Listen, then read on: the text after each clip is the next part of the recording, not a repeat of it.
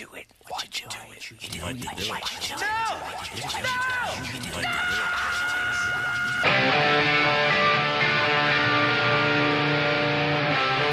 What can I tell you?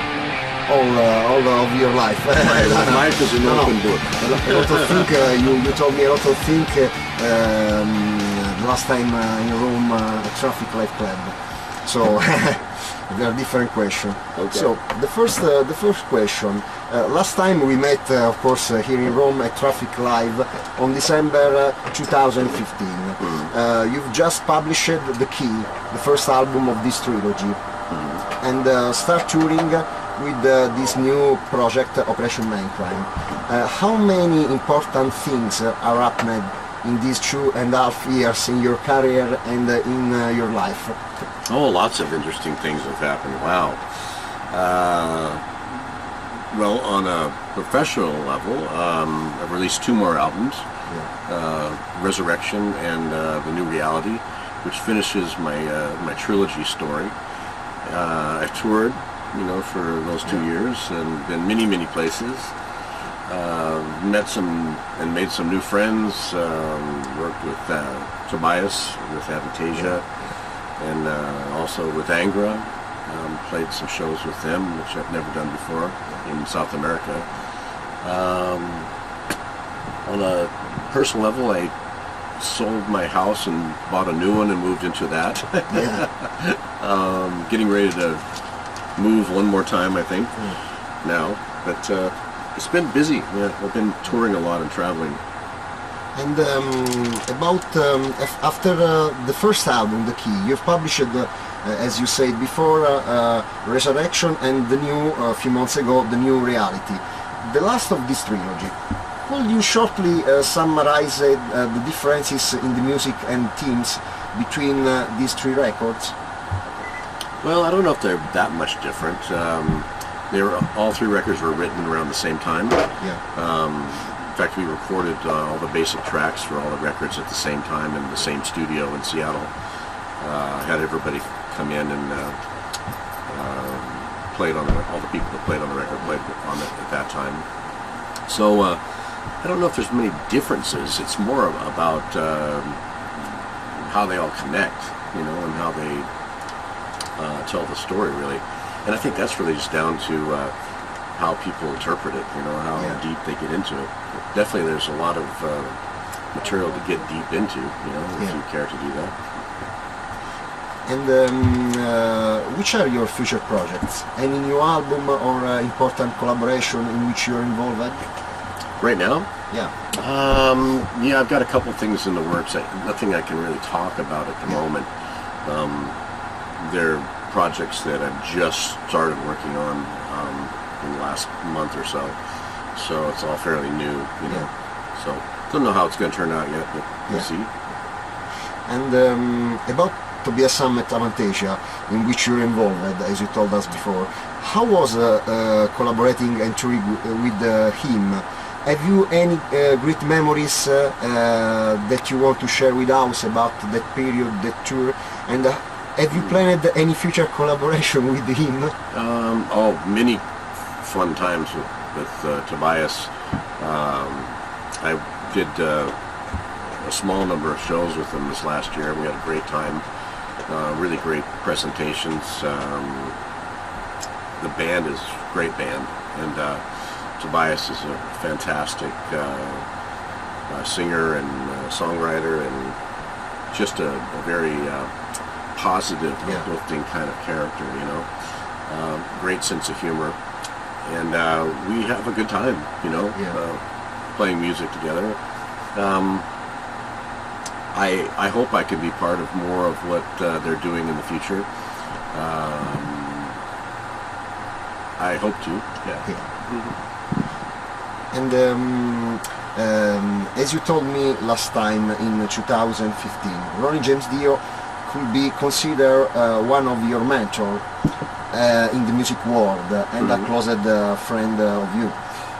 What do you think about this, the hologram tour with his past musicians, but using record voices? I don't know anything about that. Oh, no. Really? because they have planned to do with the hologram, so with the record voice, with the past components of yeah.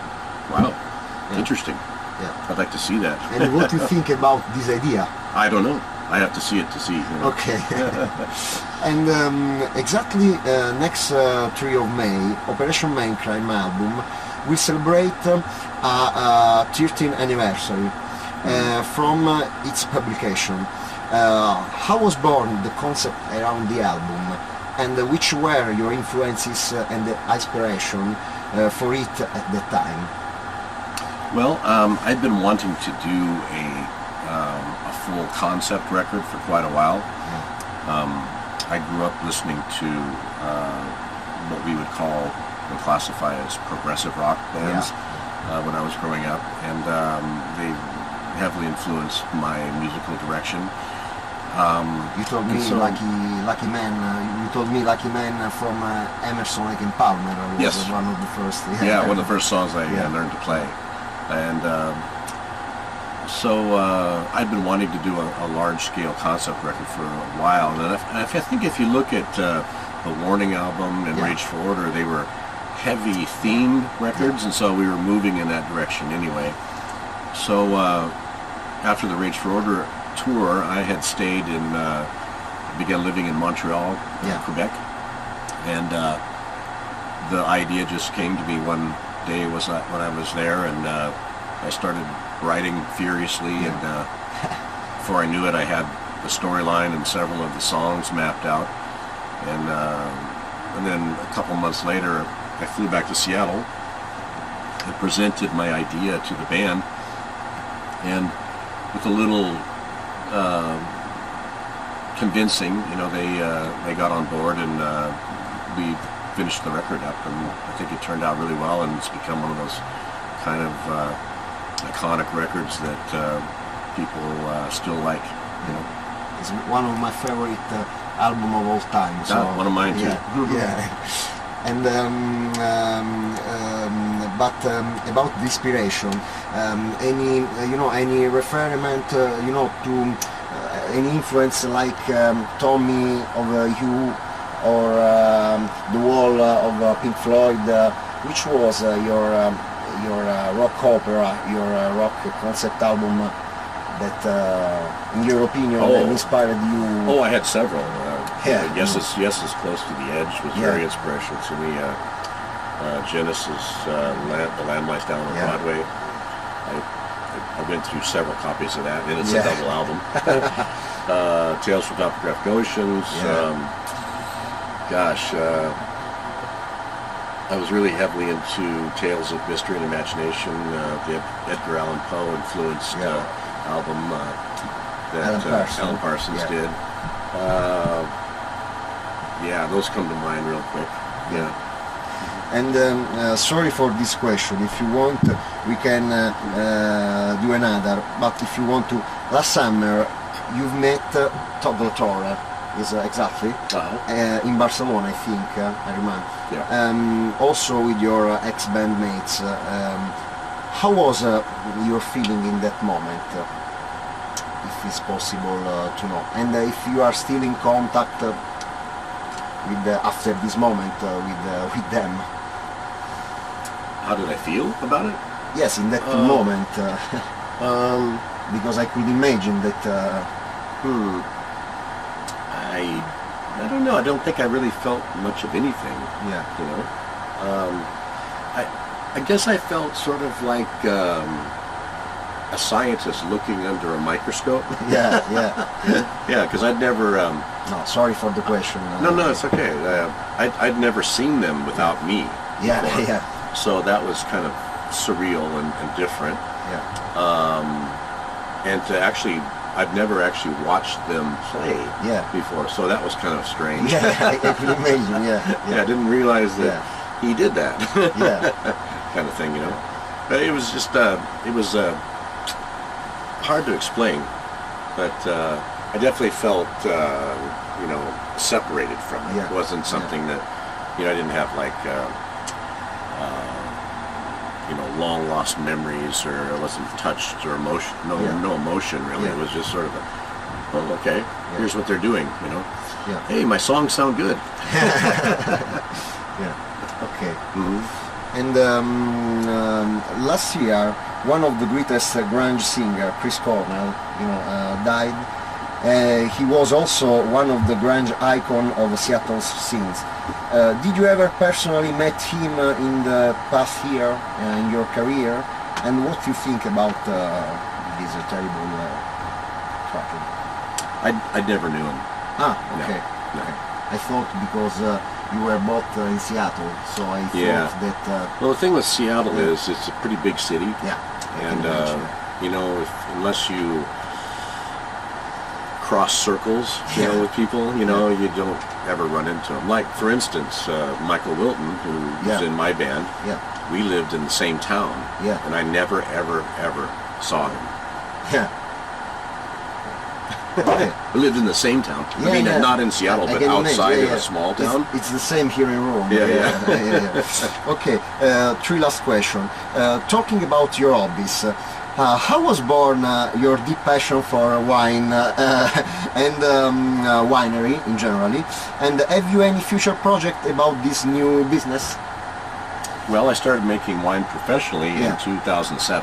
That was my first vintage. It was made in America, in Washington State.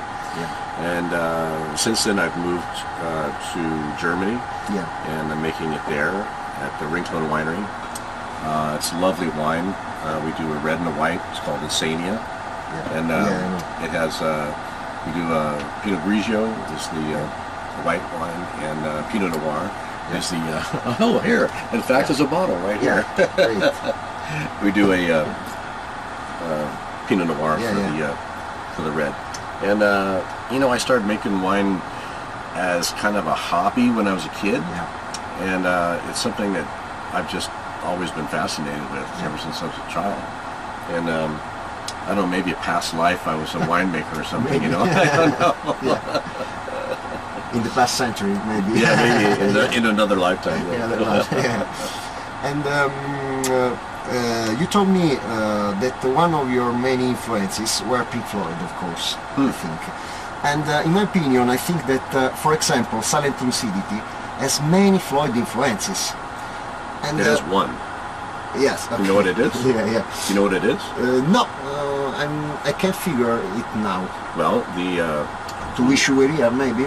The orchestra? That's in the bridge.